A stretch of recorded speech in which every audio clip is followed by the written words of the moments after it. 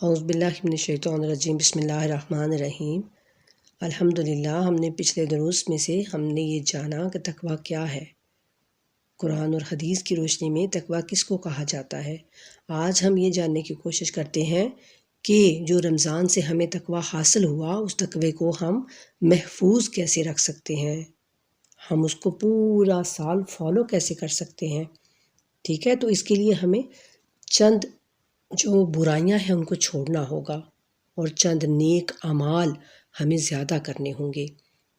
ٹھیک ہے، اس بات کو آپ ذہن میں رکھیں کہ یہ کوئی معمولی یعنی کہ نہیں ہے کہ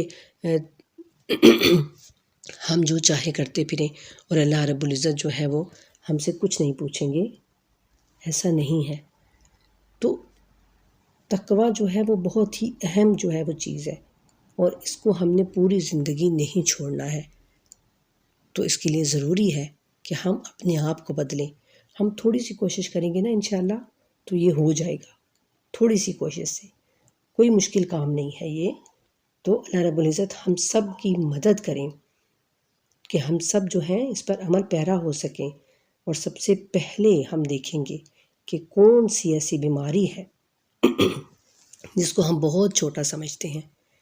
جھوٹ کو ہم سمجھتے ہیں کہ کوئی اتنی بڑی چیز نہیں ہے، اور بس ہم بات بات پہ جھوٹ بولے جاتے ہیں، جبکہ رسول اللہ صلی اللہ علیہ وآلہ وسلم نے بچوں کو ٹالنے کے لیے بھی جھوٹ بولنے سے منع فرمایا کہ اس طرح سے تم اگر بچوں سے جھوٹ بولتے رہو گے تو ان کو عادت پڑ جائے گی کہ ہاں اسی طرح ہی کرنا ہے، بات کو آپ پہلے کہہ لیں اور پھر آپ بعد میں نہ کریں، تو ان کو جھوٹ بولنے کی اس سے عادت پڑ جائے گی۔ اور آپ نے فرمایا کہ جھوٹ سے بچو، یقیناً جھوٹ گناہ کی طرف لے جاتا ہے اور گناہ جہنم میں پہنچانے والا ہے۔ اور رسول اللہ صلی اللہ علیہ وآلہ وسلم نے فرمایا جب کوئی جھوٹ بولتا ہے تو جھوٹ کی بدبو کی وجہ سے رحمت کا فرشتہ 1 میل اس سے دور چلا جاتا ہے۔ یعنی جھوٹ کوئی ایسی نہیں ہے کہ بے جان چیز ہے اور بس ہم بول دیتے ہیں۔ رسول اللہ فرماتے ہیں کہ جھوٹ کی بدبو ہوتی ہے، تو اس کی وجہ سے جو رحمت کا فرشتہ ہوتا ہے وہ ہم سے 1 میل دور چلا جاتا ہے۔ اور جھوٹ جو ہے جس کو ہم بہت سمجھتے ہیں کہ یہ بہت ہی ایک چھوٹی سی چیز ہے، ٹھیک ہے، لیکن اس کو تمام بیماریوں کی جڑ کہا گیا کہ جیسے تمام کہتے ہیں کہ ایک کمرے میں آپ ساری خباثتیں جمع کر کے تو جو اس پر آپ تالا لگاتے ہیں نا وہ جھوٹ کا تالا ہوتا ہے، اور اگر آپ اس تالے کو کھول دیتے ہیں تو گویا وہ سب کچھ ساری خباثتیں جو ہیں، یعنی آپ جھوٹ بولنا شروع کر دیتے ہیں، تمام تر خباثتیں، تمام تر برائیاں آپ کے اندر جمع ہو جاتی ہیں اور آپ کی طرف آنے لگتی ہیں۔ ٹھیک ہے، تو اس کو بیماریوں کی جڑ کہا گیا اور اس کو منافقت کی جڑ کہا گیا، منافقت کی، کہ یہ انسان کو منافق بنا دیتا ہے جھوٹ، اور جھوٹے پر اور منافقین پر قرآن میں ہم دیکھتے ہیں کتنی بار جو ہے وہ لعنت کی گئی ہے۔ تو ہم سب سے پہلے یہ کوشش کریں کہ ہم کبھی بھی جھوٹ نہیں بولیں گے، کچھ بھی ہو جائے ہم سچ بولنے کی کوشش کریں گے ہمیشہ، چاہے وہ سچ ہمارے ہی خلاف کیوں نہ ہو، لیکن ہم ہمیشہ سچ بولیں گے۔ اس رمضان میں ہم اپنے آپ سے یہ وعدہ کریں کہ ہم کبھی بھی کسی سے بھی کوئی جھوٹ نہیں بولیں گے۔ ٹھیک ہے، اللہ تعالیٰ ہم سب کو اپنے فیصلے کے اوپر کاربند رہنے کی توفیق عطا فرمائے۔ اور رسول اللہ صلی اللہ علیہ وآلہ وسلم فرماتے ہیں کہ یہ قیامت کی علامت ہے، قیامت کی ایک نشانی ہے کہ جھوٹ زیادہ ہو جائے گا، اور اب جو ہے وہ تقریباً 60% لوگ جو ہیں وہ ہر 10 منٹ کی گفتگو میں 1 سے 2 جھوٹ لازمی بولتے ہیں۔ یعنی جیسے وہ مردم شماری کی جاتی ہے نا انسانوں کی، تو اسی طرح ہی انہوں نے یہ تجزیہ کیا کہ 60% لوگ جو ہیں وہ ہر 10 منٹ کی گفتگو میں 1 سے 2 جھوٹ لازمی بول جاتے ہیں، اور ہمیں پتہ بھی نہیں چلتا، ایسے ہوتا ہے۔ اور لیکن اگر ہم کوشش کریں گے اپنے آپ پر قابو پانے کی تو انشاءاللہ ہم پا لیں گے، یہ کوئی مشکل کام نہیں ہے۔ ٹھیک ہے، اس کے بعد دوسری چیز ہے جس کو ہم بہت زیادہ کرتے ہیں اور ہم سمجھتے ہیں کہ اس کی کوئی یعنی ایسا نہیں ہے کہ یہ کوئی بڑی چیز ہے، لیکن وہ بہت بری اور بہت بڑا گناہ ہے۔ وہ کیا ہے؟ ایک دوسرے کی غیبت کرنا۔ اور قرآن کریم میں اس کے متعلق یہ فرمایا گیا کہ اللہ رب العزت فرماتے ہیں کہ اور ایک دوسرے کی غیبت نہ کرو، کیا تمہیں کوئی پسند رکھے گا کہ اپنے مرے ہوئے بھائی کا گوشت کھائے؟ تو یہ تمہیں گوارا نہ ہوگا۔ یعنی تم کیسے یہ گوارا کر سکو گے کہ اپنے مردہ بھائی کا گوشت کھاؤ؟ تو غیبت کرنا اسی طرح ہی ہے۔ یعنی اتنا بڑا گناہ اور اتنی بڑی گندگی اور نجاست ہے یہ۔ اور رسول اللہ صلی اللہ علیہ وآلہ وسلم کا ارشاد ہے کہ غیبت جو ہے وہ زنا سے بھی زیادہ سخت ہے۔ استغفر اللہ۔ ہم سمجھتے ہیں کہ زنا بہت بڑا گناہ ہے، گناہ کبیرہ ہے، لیکن یہاں کہا گیا کہ غیبت جو ہے وہ زنا سے بھی زیادہ سخت ہے۔ تو صحابہ کرام نے یہ سن کر عرض کیا، یا رسول اللہ، غیبت زنا سے زیادہ سخت برائی کس طرح سے ہے؟ یعنی کیسے یہ ایک چھوٹی سی، یعنی ہم سمجھتے ہیں جس کو، تو وہ غیبت جو ہے وہ زنا سے بھی زیادہ بڑا ہے۔ تو آپ نے فرمایا اس طرح کہ جب آدمی زنا کرتا ہے تو وہ توبہ کرتا ہے اور اللہ رب العزت اس کی توبہ کو قبول فرما لیتے ہیں، اور ایک اور روایت کے مطابق کہ اللہ تعالیٰ اس کو بخش دیتے ہیں جب وہ اللہ سے توبہ کرتا ہے۔ لیکن غیبت کرنے والے کو اللہ تعالیٰ نہیں بخشتا جب تک کہ وہ اس شخص کو وہ معاف نہ کر دے جس کی اس نے غیبت کی ہے۔ یعنی الحمدللہ، یعنی جس کی غیبت کی ہے اس نے، تو وہ اس شخص سے معافی مانگے گا۔ اور کیا ہم ایسا کر سکتے ہیں؟ ہم کسی کو بتا سکتے ہیں کہ بھائی ہم نے آپ کی غیبت کی ہے، آپ کے پیٹھ پیچھے ہم نے آپ کی برائی کی ہے، تو آپ ہمیں معاف کر دیں؟ ہم نہیں نا ایسا کر سکتے، کوئی بھی نہیں ایسا کر سکتا۔ تو اللہ کہتے ہیں کہ پھر اللہ تعالیٰ تو اس کو بخشیں گے ہی نہیں جب تک وہ اس شخص سے معافی نہیں مانگے گا۔ اور جناب امام حسین علیہ السلام ارشاد فرماتے ہیں کہ غیبت کرنے والا جو ہے وہ اگر توبہ کر لے تو سب سے آخر میں جنت میں داخل ہوگا، اور اگر توبہ نہ کرے تو سب سے پہلے جہنم میں داخل ہوگا۔ استغفر اللہ۔ اللہ تعالیٰ ہم سب کو معاف کریں۔ تو دیکھیے کہ غیبت کتنی بڑا اور کتنی بری جو ہے وہ چیز ہے، لیکن ہم سب سمجھتے ہیں کہ یہ بہت ہی کوئی چھوٹی سی چیز ہے، اور یہ یعنی ہمیں پتہ ہی نہیں چلتا۔ ہم کہتے ہیں ہم تو ایک بات کر رہے ہیں بس، لیکن وہ بات کیا ہے اصل میں؟ غیبت ہے کیا؟ ٹھیک ہے، یہ جاننا بہت ضروری ہے کہ غیبت ہے کیا۔ غیبت ہر اس بات کو کہا جاتا ہے کہ کوئی بھی ایسی بات کسی دوسرے شخص سے کرنا جو اگر اس کے سامنے کی جائے، جس کے بارے میں بات کی جا رہی ہے، تو اس کو ناگوار گزرے، بس اسی کو غیبت کہتے ہیں۔ ٹھیک ہے، کوئی بھی چھوٹی بڑی بات جو ہم اس کے منہ پر کہیں گے تو اس کو وہ ناگوار گزرے گی، اس کو اچھی نہیں لگے گی، تو وہی بات اگر ہم اس کی پیٹھ کے پیچھے کسی دوسرے سے کریں گے تو وہی غیبت کہلائے گی۔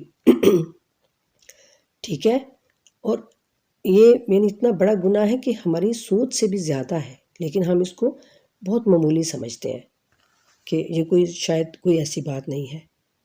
اور ایک اور حدیث میں ملتا ہے کہ جو بندہ غیبت کرنا شروع کرتا ہے تو اس کے جو کرامن کاتبین ہوتے ہیں نا، یعنی لکھنے والے دونوں فرشتے، ان دونوں کے قلم حرکت میں آ جاتے ہیں۔ نیکیاں لکھنے والا اس کی نیکیوں کو مٹانے لگتا ہے، اور برائیاں لکھنے والا اس شخص کی برائیاں جس کی وہ غیبت کی جا رہی ہوتی ہے نا، اس کے کھاتے میں لکھنا شروع کر دیتا ہے۔ اور دوسری طرف جس شخص کی غیبت کی جا رہی ہوتی ہے اس کے بھی دونوں فرشتے حرکت میں آ جاتے ہیں، لیکن وہ اس کے برعکس کام کرتے ہیں۔ یعنی وہ شخص کی جس کی غیبت کی جا رہی ہوتی ہے اس کی برائیوں کو مٹاتے جاتے ہیں اور نیکیوں میں اضافہ کرتے جاتے ہیں۔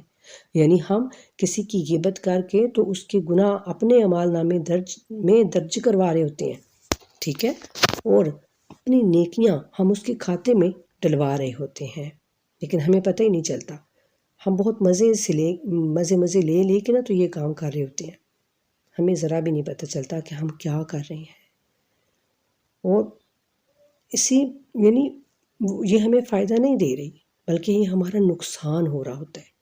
تو اس لیے یہ کہا گیا کہ اگر غیبت کرنی بھی ہے تو اپنے والدین کی کرو، تاکہ کوئی فائدہ تو ہو والدین کو۔ یہاں مجھے جو ہے وہ بہت افسوس کے ساتھ کہنا پڑ رہا ہے کہ ہم جو ہے اس چیز کو نوٹس ہی نہیں کرتے.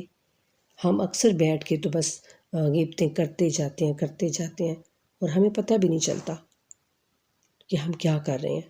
یہاں مجھے ایک لکھنے والے کی ایک بات یاد آ رہی ہے کہ ایک شخص وہ لکھتا ہے کہ میں روزانہ پارک جاتا تو وہاں پر کچھ عورتیں بھی بچوں کو لے کر آتی. بچے کھیلنے لگ جاتے اور وہ عورتیں گھنٹوں بیٹھ کر باتیں کرتی اور خوب ہنستی. ایک دن خلاف معمول میں بیٹھا ہوا تھا، لیکن ان عورتوں کی طرف سے بڑی خاموشی تھی. آج وہ بہت کم بول رہی تھی تو مجھے تھوڑا تجسس ہوا. میں نہ رہ سکا. میں نے ان سے پوچھا کہ بہن آج کیا بات ہے، کہ کوئی ایمرجنسی ہو گئی ہے، یعنی کوئی فوتگی وغیرہ کوئی اس طرح کا مسئلہ جو ہے وہ ہو گیا ہے. تو ان میں سے ایک بولی کہ نہیں، دراصل آج جو ہے وہ سب آئے ہوئے ہیں. وہ تو اتنی بات کہہ کے خاموش ہو گئی، لیکن وہ شخص کہتے ہیں کہ مجھے کچھ دیر لگی ان کی اس بات کو سمجھنے میں، اور پھر جب مجھے سمجھ آئی تو آپ یقین جانیے کہ میرے ہوش اڑ گئے. یعنی اس کے کہنے کے مطابق بات یہ تھی کہ پہلے کوئی ایک نہیں آتی تھی تو پھر ہم اس کی ایک کی کچھ باتیں کر کے تو ہم سب ہنستے تھے.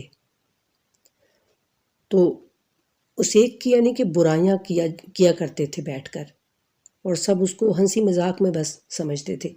لیکن آج چونکہ سب جو ہے وہ موجود ہیں، سب آئے ہوئے ہیں، تو آج ہم کس کی برائی کریں، کس کی بات کریں؟ تو اس لیے بس ہم تھوڑی بات کر کے اپنی تو وہ چپ ہو جاتے ہیں. تو ذرا سوچئے کہ کیا ہمارے اندر بھی تو کوئی ایسی بیماری نہیں ہے؟ ہم بھی تو جا کے اس طرح بیٹھ کے تو دوسروں کی برائیاں نہیں کرتے رہتے، اپنی نیکیاں دوسروں کو دیتے رہتے ہیں اور ان کے گناہ اپنے کھاتے میں لکھواتے تو نہیں رہتے ہم بھی. سوچنے کی بات ہے نا یہ. تو اللہ رب العزت ہم سب کو اس چیز سے معاف کریں، اور صرف وہی ہم سب کو اس چیز سے معاف کر سکتے ہیں. اور اکثر اب یہاں پر یہ ہوتا ہے کہ ہم کہتے ہیں سچ بولیں، سچ بولنا چاہیے، لیکن اکثر اوقات سچ جو ہے وہ کڑوا نہیں ہوتا، بلکہ سچ بولنے کا انداز کڑوا ہوتا ہے. ہم سچ بولنے کے ساتھ دراصل دوسرے کو ذلیل کر رہے ہوتے ہیں، اور پھر توقع رکھتے ہیں کہ ہماری ذلیل کرنے کی حرکت کو صرف سچ ہی سمجھا جائے. یعنی اس چیز سے بھی منع کیا گیا کہ تم نے سچ بولنا ہے تو اس کو بہترین اور اچھے انداز سے جو ہے وہ بولو. یہ نہیں کہ اب تم سچی بات کر رہے ہو اور تم کوئی یعنی اس طرح سے اپنا رویہ تمہارا اس طرح سے ہو کہ وہ دوسرے کو تم حقیر اور ذلیل کر رہے ہو. تو سچ بولتے ہوئے بھی ہمیں محتاط رہنا ہے کہ کسی کی وجہ سے ہمارا جو دل ہے وہ نہ دکھ جائے. ٹھیک ہے، تو آج ہم نے جانا کہ 2 برائیوں سے ہم بچ سکیں تو انشاءاللہ ہمارا تقوی محفوظ رہے گا. اس کے بعد اور بھی برائیاں ہیں، انشاءاللہ ہم ان کو بھی ڈسکس کریں گے. لیکن یہاں پر ہم نے جانا کہ جھوٹ کتنا بڑا گناہ ہے اور غیبت کتنا بڑا گناہ ہے، اور ان دونوں برائیوں سے جب ہم بچ جائیں گے، اس رمضان المبارک میں ہم اپنے اللہ سے وعدہ کریں گے کہ اللہ ہم کبھی جھوٹ نہیں بولیں گے اور ہم کبھی کسی کی غیبت نہیں کریں گے. تو انشاءاللہ ہم جو ہے وہ پورا سال اپنے تقوی کو محفوظ رکھ پائیں گے. ٹھیک ہے، تو اللہ تعالیٰ ہم سب کو توفیق دے اور ہمت دے، اپنے جو اللہ سے ہم عہد کر رہے ہیں نا، ہم اس عہد پر کاربند رہ سکیں. اللہ تعالیٰ ہم سب کو توفیق دیں.